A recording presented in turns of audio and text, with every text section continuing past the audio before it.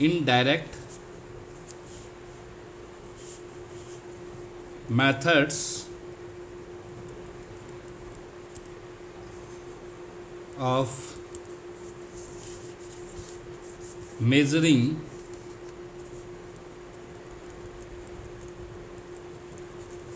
small distances। तो small distances को measure करने के हम इनडायरेक्ट मेथड्स पढ़ेंगे। एनसीईआरटी को ही मेन बनाया, लेकिन कुछ चीज़ें ऐसी होती हैं जो पढ़ लेनी चाहिए, एनसीईआरटी के अलावा भी हो तब भी पढ़ लेनी चाहिए, क्योंकि वो कहीं ना कहीं पूछ ली जाती हैं। तो पहला मेथड हम बता देते हैं,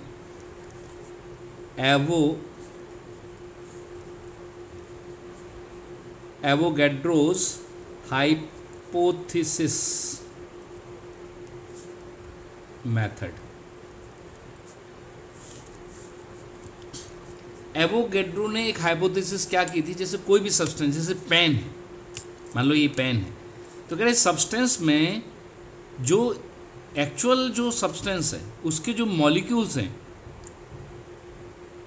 उनका नंबर है, वो इसके जो वॉल्यूम हमें दिख रहा है, तो जो एक्चुअल एटम जो वॉल्यूम कवर कर रहे होंगे वो 2/3 होगा, बाकी सब खाली स्पेस होगा। इसमें दो मॉलिक्यूल के बीच, उसने क्या कहा कि स्फीयर्स के फॉर्म में होते हैं, जो मॉलिक्यूल्स और एटम्स होते हैं वो स्फीयर्स के फॉर्म में होते हैं। तो अगर हम बहुत सारे स्फीयर्स एक साथ रख दिए जाएं, मान लो जैसे हम मार्बल्स हैं, कंचे हैं, उनको अगर एक कांच के उसके अंदर, जार के अंदर हम भर दें, तो हम जान रहे हैं इस चीज़ को कि पूरा स्पेस नहीं भरा है, उनके बीच में दो स्फीयर्स के बीच में स्पेस बचा हुआ है। यही उसने कहा कि जो स्पेस बचा हुआ है वो भी, हम तो ये कहेंगे कि ये पूरा बॉक्स, जो पूरा जार है वो जो है मार्बल से भरा हुआ है, कंचों से भरा हुआ है, लेकिन एक्चुअल में क्या हो रहा है, पूरा नहीं भरा है, कुछ पार्ट उसका खाली है, वो वहाँ पे अभी भी एयर है। तो वो कह रहा है कि कितना पार्ट खाली रहता है, तो उसने हाइपोथेसिस की कि 1/3 पार्ट करीब खाली रहता है। तो ये एवोगैड्रोस हाइपोथेसिस मेथड है। Avogadro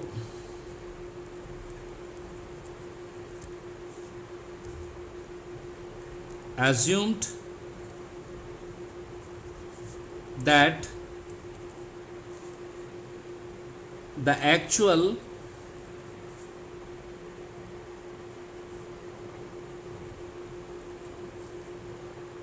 volume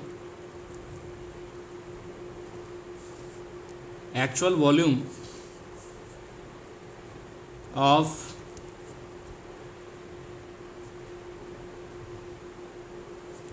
actual volume occupied by the atoms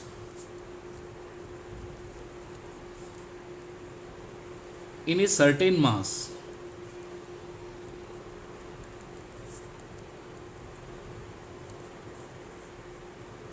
of a substance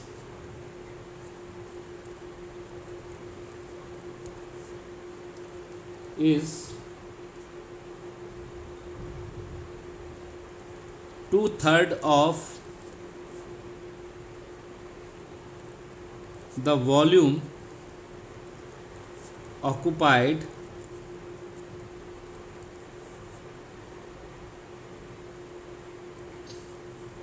by that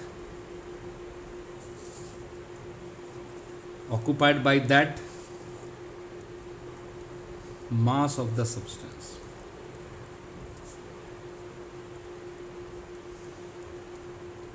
याद नहीं रखना है, बस आपको पढ़ना है, एक बार जानना है, बस ये नाम भी याद है काफ़ी है। कोई पूछ लेगा तो आप निरुत्तर ना हो जाएं। जब कॉम्पिटिटिव बात करते हैं तो छोटी चीज़ों को भी हमें याद रखना पड़ता है, हमें मालूम होना चाहिए उस समय क्या क्या।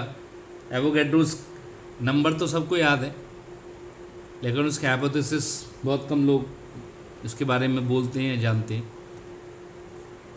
तो उसने इसके हेल्प से मॉलिक्यूल का साइज निकाला था, एटम की रेडियस कैलकुलेट कर ली थी।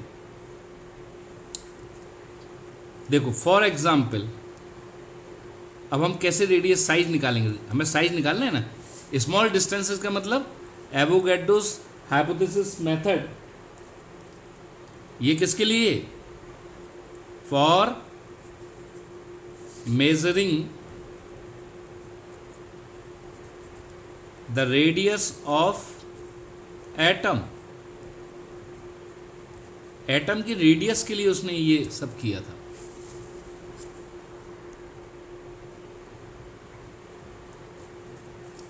दोबारा से देख लो, थोड़ा सा मुझे लगा कि कैमरा प्रॉपरली नहीं काम कर रहा था।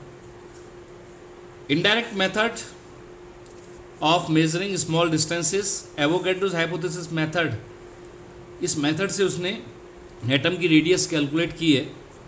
उसने एज्यूम किया मतलब क्या हाइपोथेसिस की, उसने कहा कि जो एक्चुअल वॉल्यूम है वो ये कह रहा है कि मान लो ये एक सब्सटेंस है, ये एटम से मिलके बना है,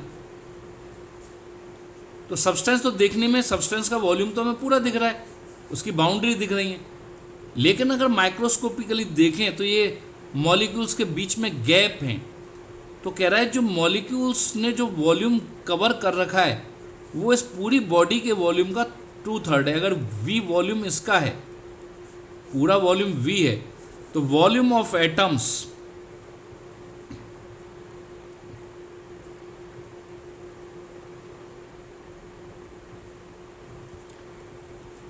वॉल्यूम ऑफ एटम्स, एटम्स का जो वॉल्यूम है, volume of substance is v, then volume of atoms will be 2/3 of v, 2/3 होगा। अब उसने इससे कैसे कैलकुलेट कर ली? अब उसने क्या कहा कि मान लो इसका मास m है, इस सब्सटेंस का मास m है जिसको लिया है, और इसका मोलर मास m है, एवोगैड्रो नंबर Na है। ये चीज़ें नहीं जानते हो तो जान जाओगे, केमिस्ट्री में भी बताई जाएंगी। Suppose mass of the substance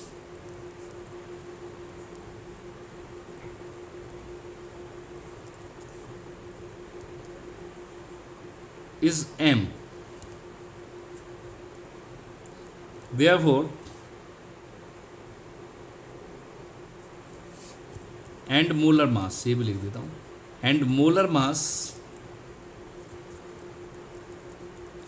is capital M। अब हमें मालूम है कि मोलर मास m में कितने नंबर हैं? n। तो m मास में n नंबर ऑफ एटम्स,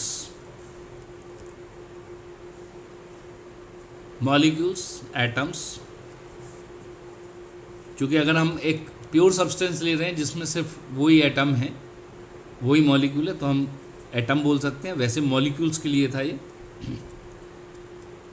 तो स्मॉल m मास में कितने एटम हो जाएंगे? क्योंकि वो एटम की रेडियस निकालना चाह रहा है तो उसने प्योर सब्सटेंस लिया होगा, प्योर एलिमेंट वाला सब्सटेंस लिया होगा। तो m is equal to n by capital M into small m। इतने इसके अंदर एटम्स हैं, इसमें कितने एटम है ये उसने तुरंत निकाल दिया। किससे? मोलर मास से। क्योंकि जो बीच में जो वैक्यूम है, स्पेस है, उसमें तो कोई मास है नहीं, मास तो सब्सटेंस में ही है। तो उसने तुरंत कहा कि अगर इसका मास टोटल m है तो नंबर ऑफ एटम्स इसमें इतने होंगे। अब इसका वॉल्यूम, तो ये क्या आ गए? नंबर आ गए।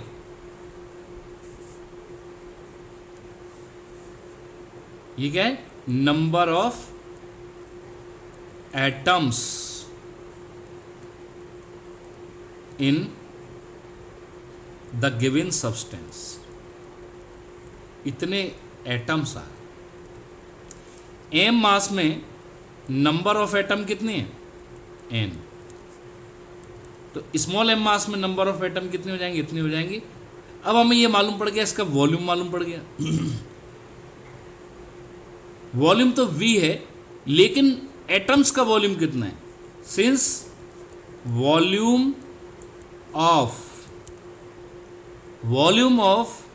substance is V, therefore volume of atoms का वॉल्यूम कितना होगा? 2/3 कहा था उसने, टोटल वॉल्यूम का 2/3 बोला था।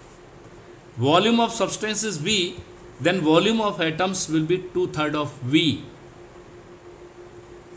2/3 बोला था उसने, यही हाइपोथेसिस थी। अब हमें ये मालूम पड़ गया कि कितना वॉल्यूम है और कितने एटम्स हैं, दोनों चीज मालूम पड़ गई। अगर therefore volume of one atom कितना हो जाएगा? 2/3V divided by Nm/m।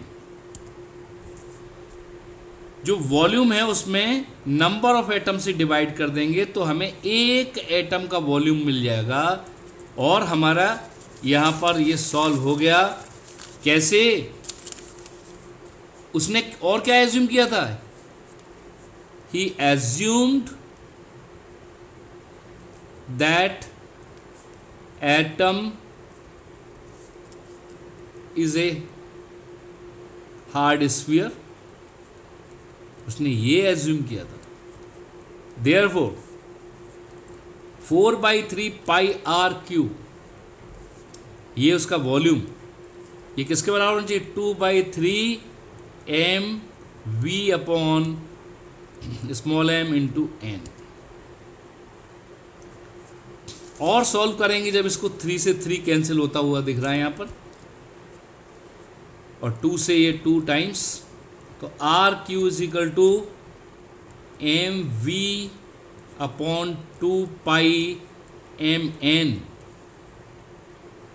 तो मित्रों, मोदी मत समझ लेना भाई,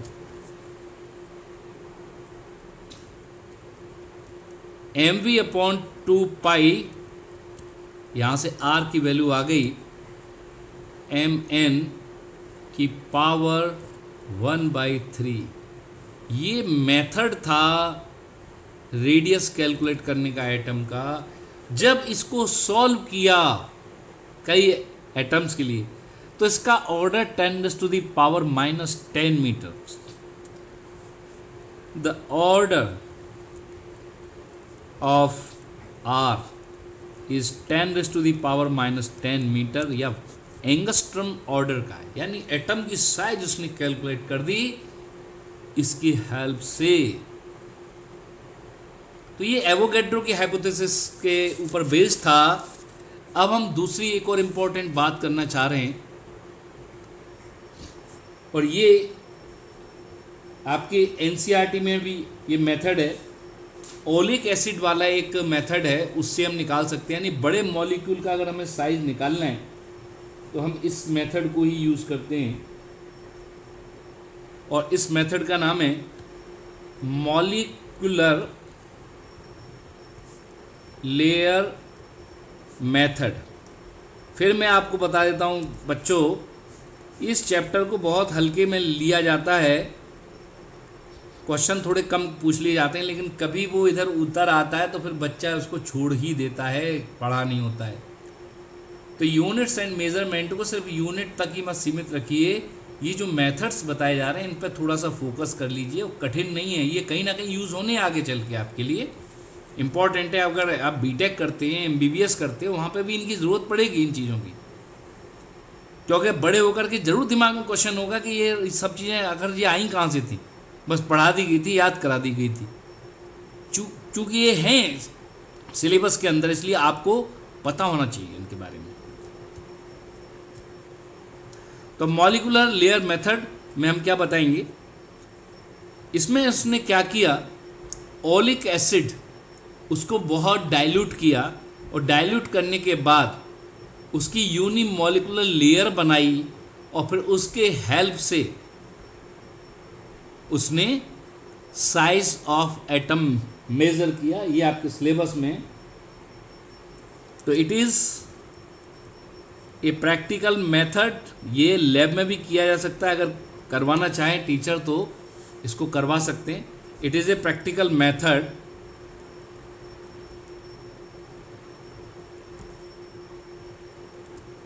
for measuring the size of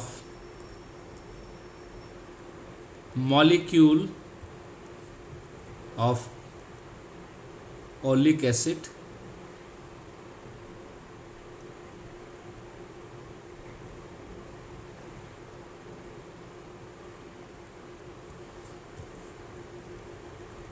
oleic acid के जो मॉलिक्यूल है उसके साइज का मेजरमेंट हमें यहाँ पे करना है,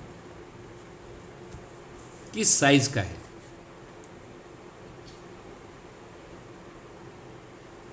अब मैं यहाँ पर आपको समझाऊंगा।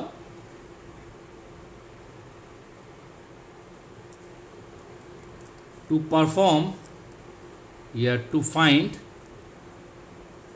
The size of molecule, first we make a unimolecular layer of oleic acid. Oleic acid बता दें साबुन के अंदर जो होता है उसके मॉलिक्यूल्स बहुत बड़े होते हैं साइज में, तो ये इसको करने में ये मतलब लेबोरेटरी में हो जाता है, इसीलिए तो बड़े मॉलिक्यूल्स हैं, थोड़ा साइज इसका आराम से मेज़र हो जाता है। अब यहाँ जान लीजिए कुछ बातें, जानने की जो बातें हैं वो सीख लीजिए। सबसे पहले हम ऑलिक एसिड का एक डाइल्यूट सॉल्यूशन प्रिपेयर करेंगे।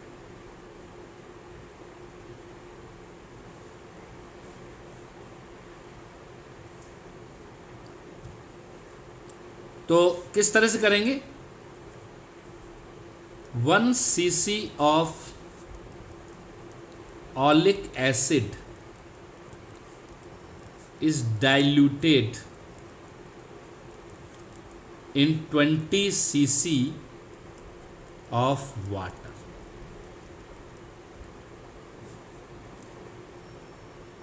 एक सीसी ऑलिक एसिड को हम 20 cc वाटर में डाइल्यूट करते हैं, तो डाइल्यूशन कितना हो गया उसका? 1/20।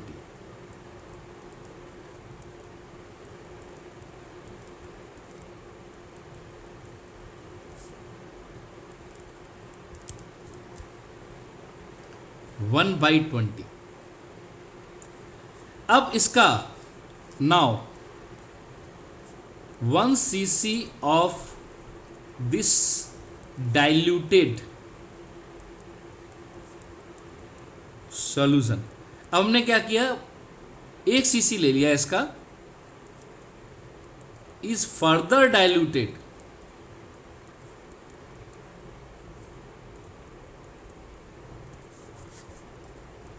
in 20 cc of oleic acid, 20 cc of water।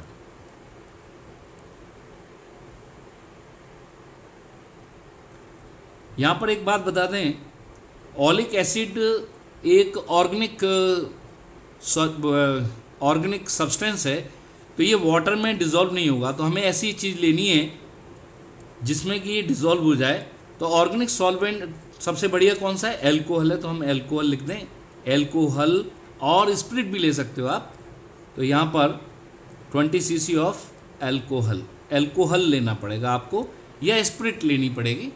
आप किसी में भी डाइल्यूट कर सकते हैं उसको। प्रैक्टिकली एल्कोहल आसानी से नहीं मिलेगा, तो आप जो है स्प्रिट में भी इस काम को कर सकते हैं। तो स्प्रिट जो है बेटर सॉल्वेंट है फॉर, चूँकि और जितनी भी हमारी जो चीज़ें होती हैं उनको इजीली हम वाटर में डिसॉल्व कर सकते हैं, लेकिन ऑलिक एसिड कुछ ऐसे ऑर्गेनिक सब्सटेंस हैं जो कि एल्कोहल में ही डिसॉल्व होंगे, क्योंकि उनके लिए एल्कोहल सबसे बढ़िया सॉल्वेंट है।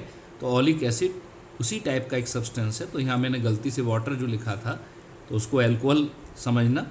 हाँ, तो अल्कोहल में हमने इसको डाइल्यूट कर लिया। अब यहाँ पर जो समझने की बात है, ये तो लिखने की बात थी, आपके सामने बोल दी। जो मेन बात है, जो मेन इसका कॉन्सेप्ट है वो ये है कि हम ये क्या कर रहे हैं, 1 cc कोई हमने प्योर ऑलिक एसिड लिया, उसको 20 cc अल्कोहल में डाइल्यूट कर दिया, फिर इसका 1 cc लिया, उसको फिर 20 cc अल्कोहल में डाइल्यूट कर दिया। क्यों कर रहे हैं? यही तरीका है। अगर मुझसे कहे कि 400 गुना डाइल्यूट कर दो, तो 400 गुना डाइल्यूट करने के लिए क्या करना पड़ेगा हमें? 400 cc अल्कोहल की ज़रूरत पड़ेगी। हम इतना अल्कोहल क्यों वेस्ट करें? हम पिपेट से 20 cc इजीली मेजर कर सकते हैं। तो हमारा वेस्टेज कम हो, इसलिए हमने 2 पार्ट में पहले एक चीज़ को डाइल्यूट किया,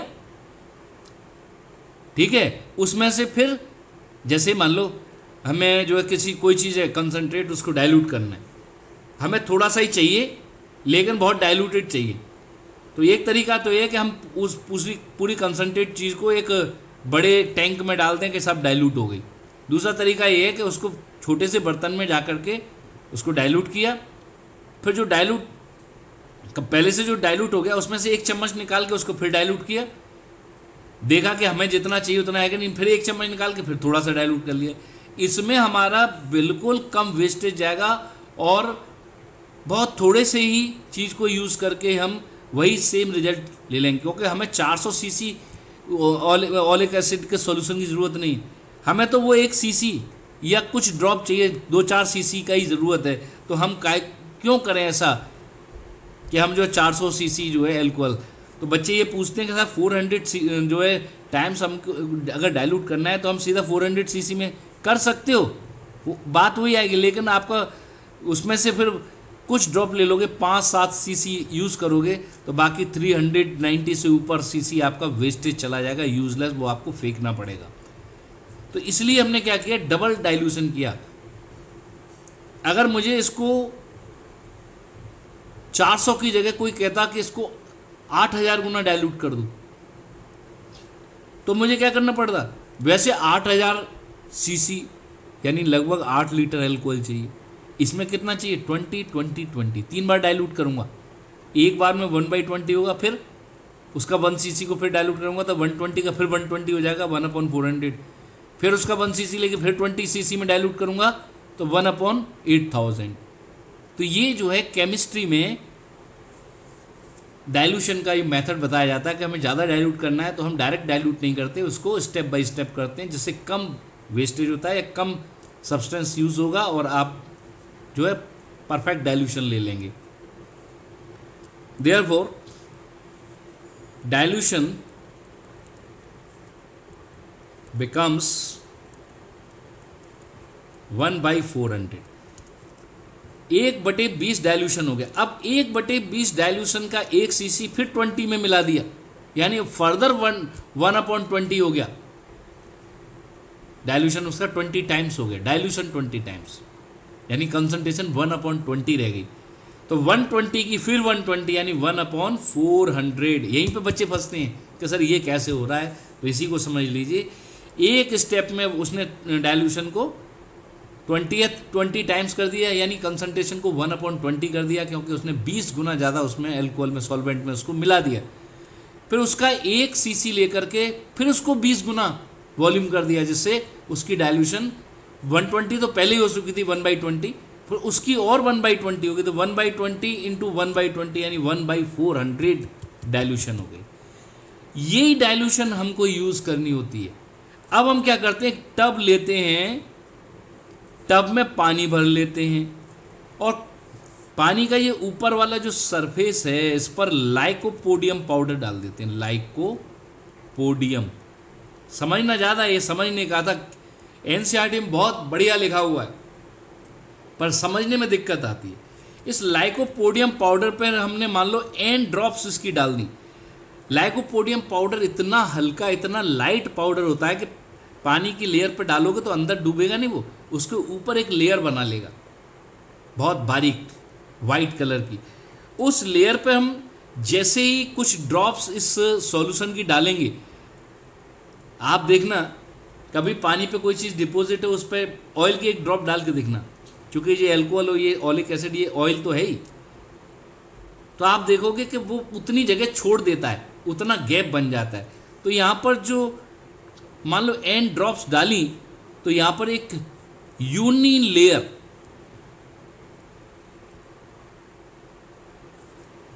ये यूनी लेयर इसकी क्रिएट होती है ऑफ ऑलिक एसिड, जो हमारा यूनी लेयर हो जाता है, यूनी मॉलिकुलर लेयर पूरा बोल दें, यूनी मॉलिकुलर लेयर में ये कन्वर्ट हो जाता है अपने आप ऑटोमेटिकली, क्यों बहुत ज़्यादा डाइल्यूट है, कंसंट्रेट होता तो नहीं होता, इसलिए डाइल्यूशन किया उसने, एक्सपेरिमेंटली करके देखा कि इतनी डाइल्यूशन पे ये, इसके बाद आप कहोगे सर इससे ज़्यादा कर दें डाइल्यूट, तब भी दिक्कत हो रहा, लेयर की विड्थ नहीं चेंज हो रही, लेयर की मोटाई नहीं चेंज हो रही यहाँ पर, लेकिन मॉलिक्यूल्स क्लोजली पैक भी होने चाहिए, और ज़्यादा डाइल्यूट करने पे मॉलिक्यूल के बीच में गैप बढ़ने लगा, ये उसने फील किया, ऑब्जर्व किया, तो उसने ये परफेक्ट डाइल्यूशन जिस पे उसको रिजल्ट मिला इसी के आसपास मिला, 1/400 टाइम्स कंसंट्रेशन करने पर। तो हमने वही, तो इसका एरिया हम मेजर कर सकते हैं, खूब बड़ा है, सर्किल के फॉर्म में होता है, तो इजीली हम एक ट्रैवलिंग माइक्रोस्कोप लगा करके इसका डायमीटर कैलकुलेट कर सकते हैं, उससे हम इसका एरिया निकाल सकते हैं। तो ये मेथड चूंकि हमारे यहाँ एक्सपेरिमेंट नहीं है इसका, तो हम बस ये कहेंगे इसका एरिया सपोज ए है। तो आप देखिए अब क्या किया उसने, now n drops of this solution are dropped on water layer covered by lycopodium powder.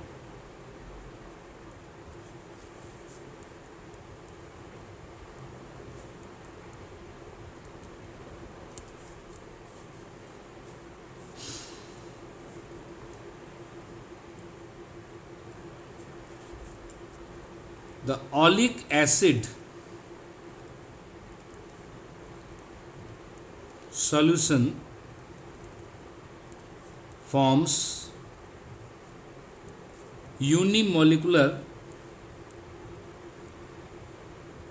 layer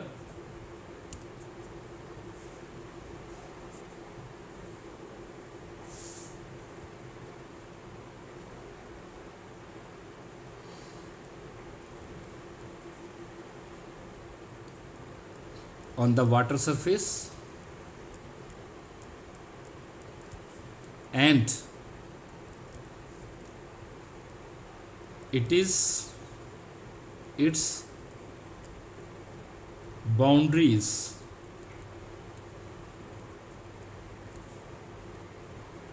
are well defined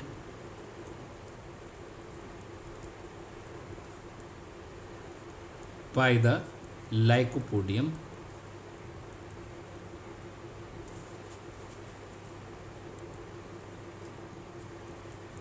lycopodium powder, क्योंकि यहाँ पर बाकी जगह लाइकोपोडियम, यहाँ पर एकदम स्पेस बन गया। The area of this layer is measured. तो यहाँ पर हमें ये नहीं बताना है कैसे मेजर किया, मैंने बताया ना ट्रैवलिंग माइक्रोस्कोप होता है, क्योंकि हर चीज़ यहीं पर नहीं पढ़ लोगे।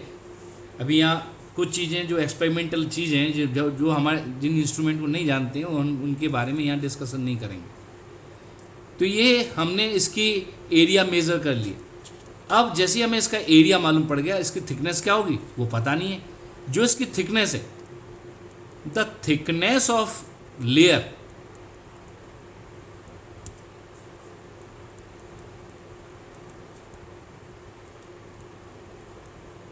is the size of,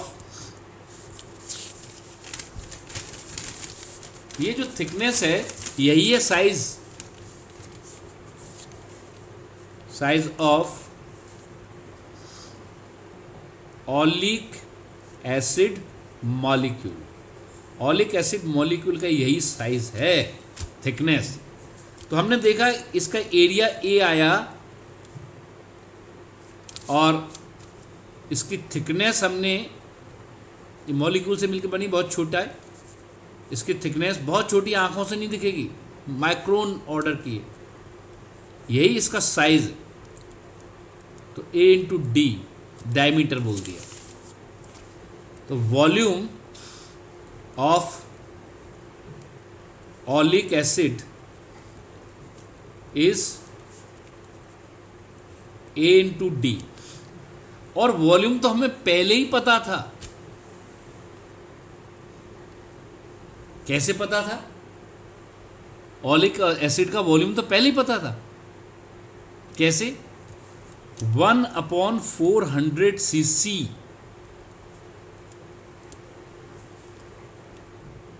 इतना ही तो ऑलिक एसिड था।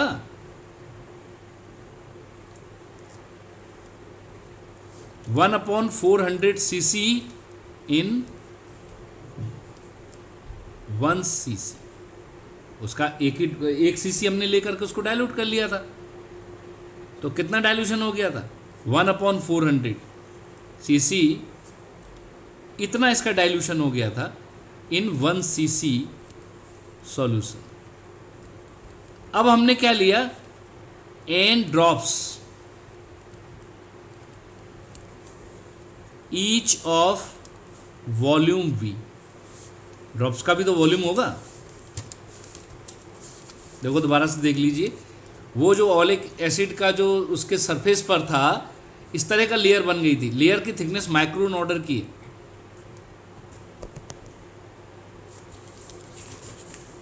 अब ठीक है, अब विजिबिलिटी ठीक रहेगी। तो माइक्रोन ऑर्डर की इस तरह से बन गया। तो हमने इससे एक तो वॉल्यूम इससे निकाला A इंटू डी, इसका वॉल्यूम आ गया। दूसरा, ये वॉल्यूम हमें पहले ही पता था। कैसे? हमने मान लो n ड्रॉप्स ली और हमें मालूम है 20 cc में 1/20 यानी 1 cc में 1/400 इतना वॉल्यूम।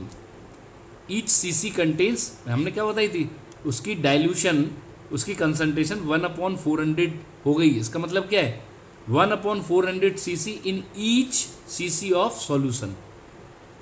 अब हमने जो ड्रॉप डाली थी वो n ड्रॉप्स थी। अब ड्रॉपर से जो ड्रॉप डाल रहे हो, एक ड्रॉप का वॉल्यूम फिक्स होता है हर ड्रॉपर के लिए, हर एक सॉल्यूशन के लिए। Each of volume v, therefore कितना वॉल्यूम हमने लिया था इस सॉल्यूशन का? n into B. और यहां पर हमें कितना मिला? A into D. A into D किसका है? सिर्फ ऑलिक एसिड। ऑलिक एसिड की लेयर बनती है, बाकी एल्कोहल वो सब वाटर के साथ मिक्स हो जाता है। इसमें हम जान रहे हैं कि N इंटू बी जो हमें मिला है, ये ऑलिक एसिड का सॉल्यूशन है जिसमें एल्कोहल भी है। तो NV वॉल्यूम में 1 cc में 1/400 cc क्या है? Oleic acid. तो NV में, therefore in NV volume of solution, volume of oleic acid will be NV by 400। इतना हो जाएगा। ये चीज और ये वॉल्यूम दोनों एक ही चीज है। This must be equal to A into D, therefore D is equal to NV upon 400 into A। ये डायमीटर्स का निकल के आ गया। चूंकि सब कुछ हमने सीसी में लिया, सेंटीमीटर क्यूब में, तो ये सेंटीमीटर्स में ही आएगा। वॉल्यूम भी हम सीसी में ले रहे हैं, सब कुछ सीसी में ही है, ये सेंटीमीटर में निकल के ये आंसर आ जाएगा। तो NV अपॉन 400 इंटू A, और सेंटीमीटर में इसका आंसर आ जाएगा। तो ये काफ़ी इम्पॉर्टेंट है, 11th के बच्चों के लिए काफ़ी इम्पॉर्टेंट है। स्कूल में पूछ लिया जाता है, इसलिए मैंने इस पर इतना फोकस किया है। इसके बाद हमें मेजरमेंट ऑफ मास और मेज़रमेंट ऑफ टाइम पर और जाना है, तो मैं सोच रहा हूँ कि इसको यहीं पे स्टॉप कर दिया जाए इस वीडियो को। इसको एक बार से आप दोबारा से पढ़ के देख लें, छोटे वीडियो ही बनाने हैं इसमें, क्योंकि थोड़ा सा बोरिंग पार्ट होता है, तो इसलिए मैं एक ही में ज़्यादा नहीं करना चाह रहा हूँ। तो एक वीडियो में कल बनाता हूँ इसका, उसमें ही समाप्त हो जाएगा। इसके बाद फिर हम सीधे डायमेंशनल एनालिसिस पे जाएंगे। हालांकि कुछ लोग कहते हैं, कुछ बुक्स कहती हैं कि पहले एरर पढ़ लेनी चाहिए, लेकिन एरर बाद में पढ़ेंगे, क्योंकि ये भी बोरिंग है और एरर भी थोड़ा सा बोरिंग है बच्चों के लिए। तो पहले डायमेंशनल एनालिसिस वो थोड़ा सा इंटरेस्टिंग है, तो बीच में हम उसको फंसा देते हैं जिससे कि आपको थोड़ा इंटरेस्ट आ जाए। तो वो इम्पॉर्टेंट भी है, पूछा भी जाता है, लेकिन ध्यान रख लेना कंपटीशन में डायमेंशन से ज़्यादा एरर इम्पॉर्टेंट होता है। तो एरर और जो सिग्निफिकेंट फिगर्स हैं इनको हम बाद में डिस्कस करते हैं। मेजरिंग इंस्ट्रूमेंट में मैं देखो वर्नियर कैलिपर्स आपको एक बार बता चुका हूँ, एक उसका हम लेक्चर बना के डाल चुके हैं, आप देख सकते हो। और आपको ये भी बता दें, टेलीग्राम पर भी आप मुझे फॉलो कर सकते हो। टेलीग्राम पर आप एजुमाइंड क्लासेस से मुझे फॉलो कर सकते हो, और वहाँ पर आप मुझसे नोट्स मांगोगे, कोई भी चीज़ या कोई डाउट होगा तो मैं आपको डिस्कस भी कर दूंगा। ठीक है, तो आज के लिए इतना काफ़ी है। Thank you very much. और चैनल को थोड़ा प्रोत्साहित कीजिए अगर आपको अच्छा लग रहा है। कोशिश कर रहा हूँ कि आपको ज़्यादा से ज़्यादा ये अच्छा लगे। अभी जो भी थोड़ी बहुत कमियां हैं उनको मैं खुद ही एलिमिनेट करने की कोशिश कर रहा हूँ। कोई पढ़ने का यही मेथड ज़्यादा सटीक लगा मुझे, इस तरह से नोट्स बनाना। इसमें बच्चे के नोट्स बन जाते हैं। बोर्ड पर पढ़ाने में नोट्स बनने में थोड़ी सी दिक्कत दिख रही थी, क्योंकि मोबाइल पर वो बोर्ड पूरा दिखता नहीं है उस तरह से। ये अगर लैपटॉप पर देखोगे तो बहुत अच्छा दिखेगा, आप देखोगे बड़ा बड़ा लिख के आ रहा है। मैंने सब पूरा वेरीफाई कर लिया, इसलिए मैं आपको बता रहा हूँ। तो आप चैनल सब्सक्राइब करें, अपने फ्रेंड्स को भी बताएं, और बेल आइकन दबाएं, जिससे कि आपको जैसे ही मैं नया वीडियो डालूं तो आपके पास तुरंत उसका मैसेज आ जाए। Thank you very much.